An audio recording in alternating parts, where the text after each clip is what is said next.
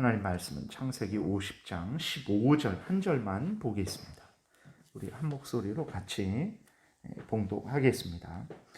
요셉의 형제들이 그들의 아버지가 죽었음을 보고 말하되 요셉이 혹시 우리를 미워하여 우리가 그에게 행한 모든 악을 다 갚지나 아니할까 하고. 아멘. 기도드리겠습니다.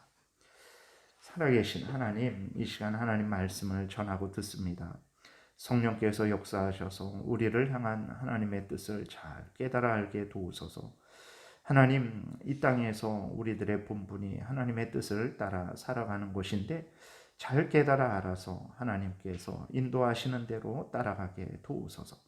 하나님, 세상에서는 많은 유혹과 어려움이 있어서 그것들을 해결하고 우리의 육신의 편안함을 추구하는 것이 가장 큰 복이라 우리를 속이는데, 하나님 아버지, 이러한 속임에 속지 않도록 도우시고 우리의 어려움이 너무 커서 우리가 하나님께 집중하지 못하는 일들이 없도록 주여 은혜를 더하셔서 그 어렵고 힘든 중에도 소망을 주시고 항상 하나님의 뜻을 기억하고 하나님의 뜻대로 늘 살아가도록 인도하여 주옵소서. 예수 그리스도의 이름으로 기도드렸습니다. 아멘.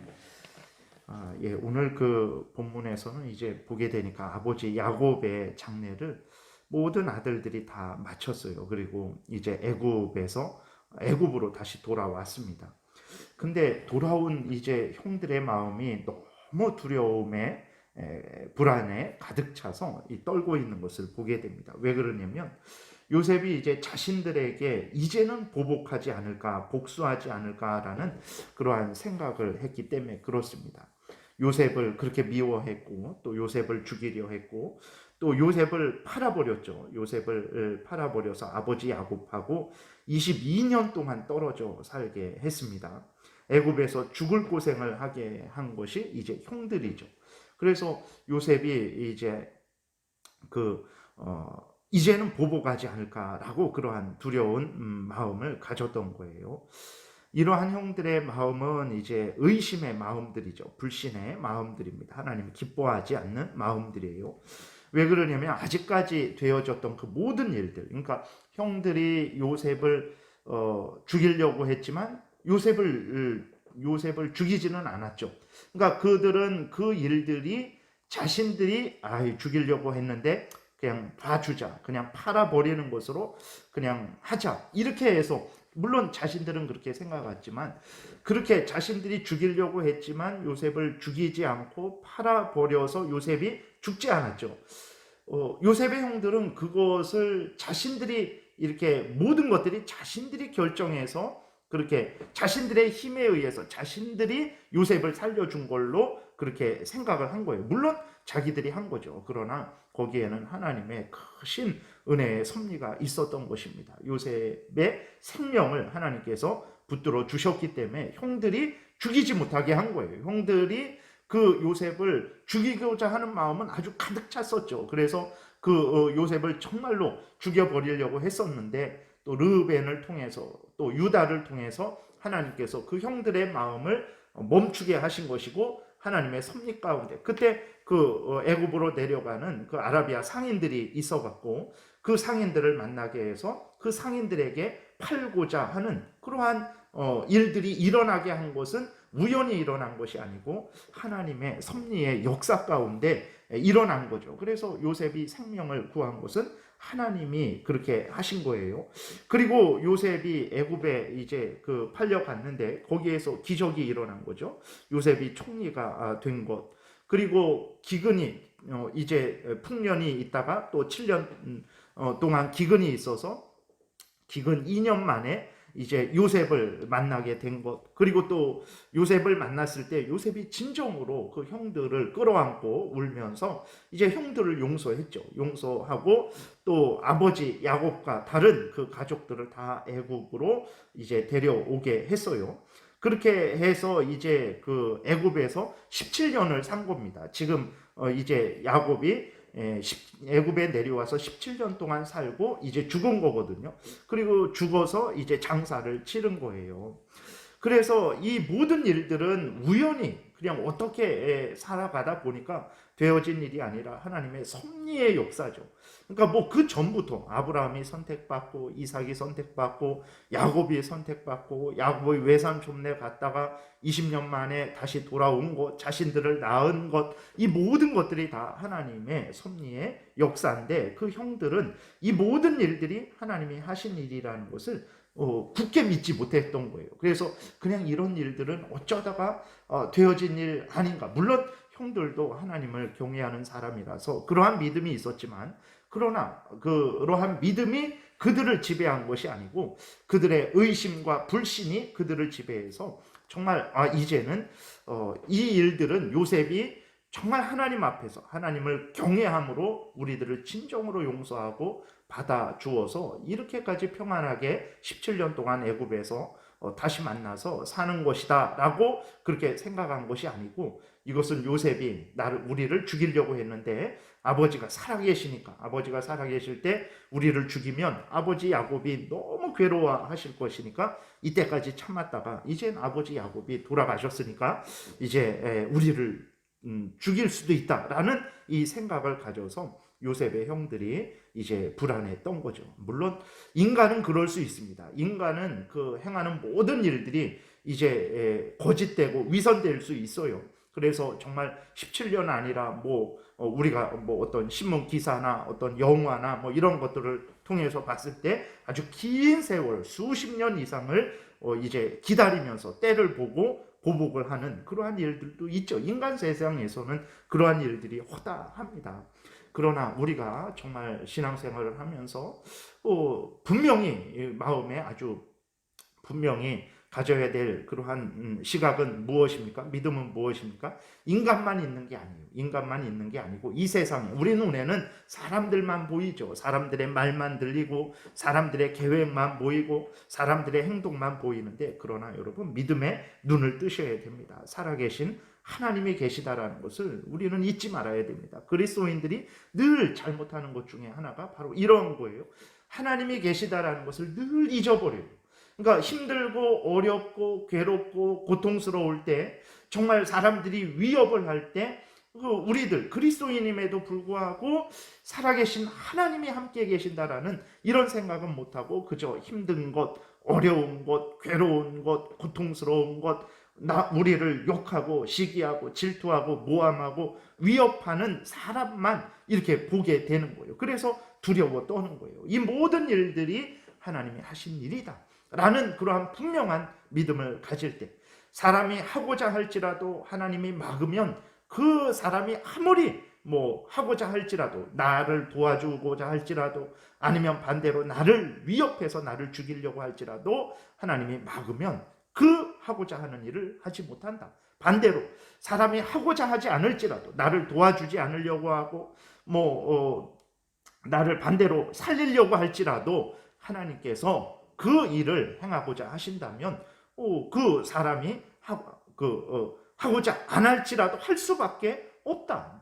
나를 살리려고 해도 내가 죽을 수밖에 없다. 이러한 분명한 믿음을 우리가 가져야 되는 것입니다. 그래서 하나님이 살아 계시죠. 그래서 아직까지 요셉의 형들이 그렇게 요셉을 만나고 또 용서를 받고 또 17년 동안 이렇게 산 것은 인간적으로는 요셉이 보복을 하기 위해서 참은 인생일 수도 있지만, 그러나 하나님이 함께 하신 인생이고 하나님이 허락하신 기간이다라는 것을 분명하게 생각할 때 그 형들의 이러한 막연한 두려움, 근거 없는 두려움은 아니죠. 근거 없는 두려움은 아니지만 그러한 불안한 그러한 의심의 그러한 생각은 가지지 않았을 것이라는 것을 우리가 기억을 해야 되는 것입니다. 그래서 정말 형들은 불신앙의 마음을 가졌던 거예요. 요셉이 행한 말들, 행한 행동들, 그것을 신뢰하지 못했던 거예요. 요셉이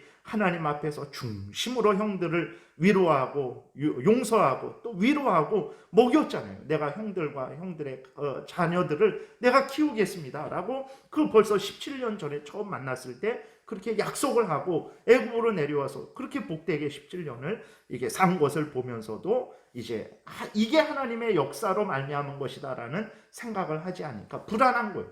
17년을 살면서도 늘 불안했겠죠. 이런 마음을 가졌던, 한 명만 가진 게 아니라 모두가 이런 마음을 가졌으니까 불안한 마음에 17년 좋고 평안하고 복되다 생각하면서도 동시에 순간적으로 보복하면 어떡하지? 그러니까 이것이 요셉이 하는 일로만 보는 거예요. 요셉이 했지만 하나님 앞에서 하나님의 뜻을 따라서 요셉이 한 것입니다. 진실되게 행한 거예요.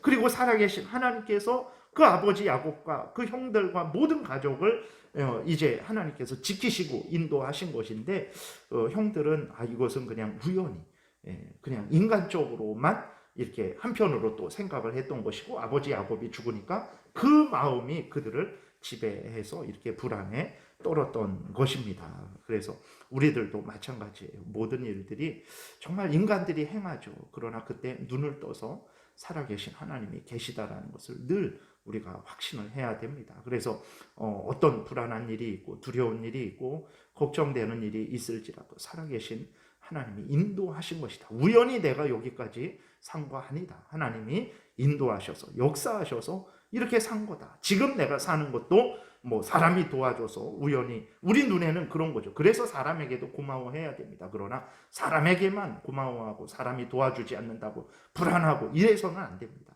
정말 살아계신 하나님이 지금 살게 하는 것이다.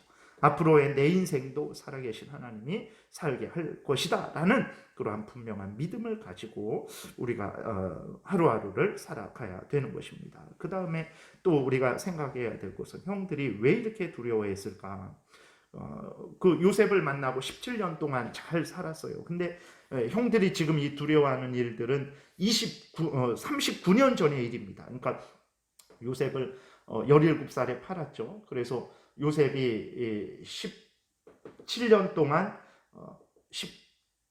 요셉을 17살에 팔았죠. 그리고 13년 후에 총리가 되고 그 다음에 7년 풍년, 2년 흉년이 있었죠. 그리고 만나서 이제 17년을 산 거거든요. 그러니까 39년 전의 일 때문에, 그 39년 전의 일 때문에 요셉의 형들이 왜 이렇게 두려워하고 있을까? 그것은 죄를 졌기 때문에 그렇습니다. 죄를 진 사람들의 마음은 늘 불안과 두려움으로 가득 찰 수밖에 없어요.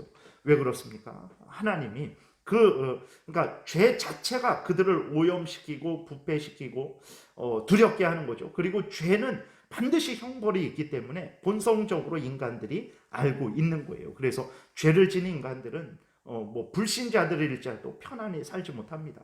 그래서 뭐 어떤 실제적인 그러한 일들을 보게 될 때 붙잡힐 때 범인이 뭐 한 수십 년 숨어서 이렇게 도망가다가 나중에 붙잡힐 때 오히려 마음이 편안하다고, 믿지 않는 사람인데도 오히려 내가 죄값을 받게 돼서 이제 오히려 편안하다라는 이러한 말을 하는 것을 보게 되죠. 인간적으로는 편안할지라도 인간적으로 죄값을 받지만 더 큰 문제는 하나님의 심판이 있다라는 것을 잊지 말아야 됩니다. 그래서 또 하나님은 끊임없이 그 양심에 죄를 생각나게 하시고 형벌을 상기시키십니다. 그렇기 때문에 죄인들은 늘 불안과 두려움 속에서 일생을 보내게 되고 때가 되면 하나님의 심판대 앞에서 영원한 형벌을 받게 되는 거예요. 그래서 이제 뭐 술을 통해서, 돈을 통해서, 아니면 쾌락을 통해서, 아니면 뭐 세상 일에 열심히 함을 통해서, 아니면 뭐 무감각하게 생각 안 함을 통해서 죄로 인한 불안과 두려움을 잊어보려고 하지만